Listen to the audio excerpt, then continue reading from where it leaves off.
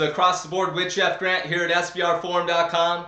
Tuesday night NBA action. The Eastern Conference quarterfinals game 2 featuring the Boston Celtics and New York Knicks at Madison Square Garden. This one's scheduled to tip off at 8 o'clock Eastern time on TNT. The Knicks listed as 6.5-point favorites after opening up as 7-point home favorites, while the total has also fallen from 186 to 185. Definitely monitor any future odds movement by going to SBRodds.com. Boston suffered an 85-78 setback as 7.5-point road underdogs last Saturday, going under the total of 189.5. You did receive the play at SBRforum.com of the Celtics plus 7.5. And of course, you can check out all of SBR Forum's NBA playoff videos by going to SBRvideo.com. Really, the story of Saturday's game was the fact that the Celtics scored just 25 points in the second half, including getting outscored by an 18-8 margin in the fourth quarter. Potentially, they were just emotionally spent after dealing with the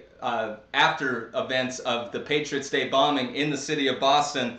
3-8 straight up, 6-5 against the spread as road underdogs of 6.5 to 9 points since the regular season started, going under the total in 6 of those 11 games. 1-4 versus the Knicks this season, 4-1 to the under. When you look at the Knicks, of course, it all starts with Carmelo Anthony scoring a game-high 36 points on Saturday. Of course, he led the NBA in scoring, finishing just above Oklahoma City's Kevin Durant in that particular category, and he's been known to get off to an early start. He did that on Saturday, and he led the NBA in averaging 9 points during the first quarter during the regular season. 25.3 points per game in 4 regular season meetings against the Celtics, but he shot just 35%, the lowest shooting percentage for Anthony against any team that he faced 2 or more times during the 2012-13 campaign.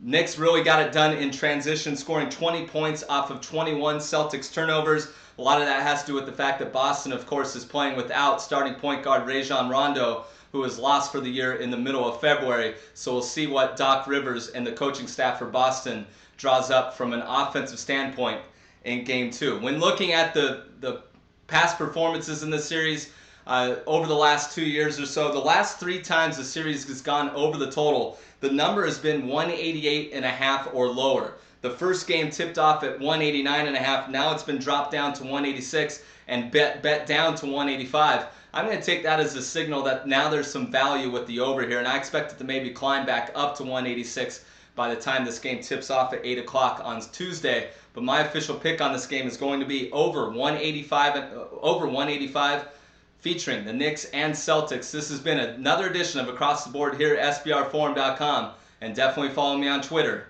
at Jeff Grant Sports.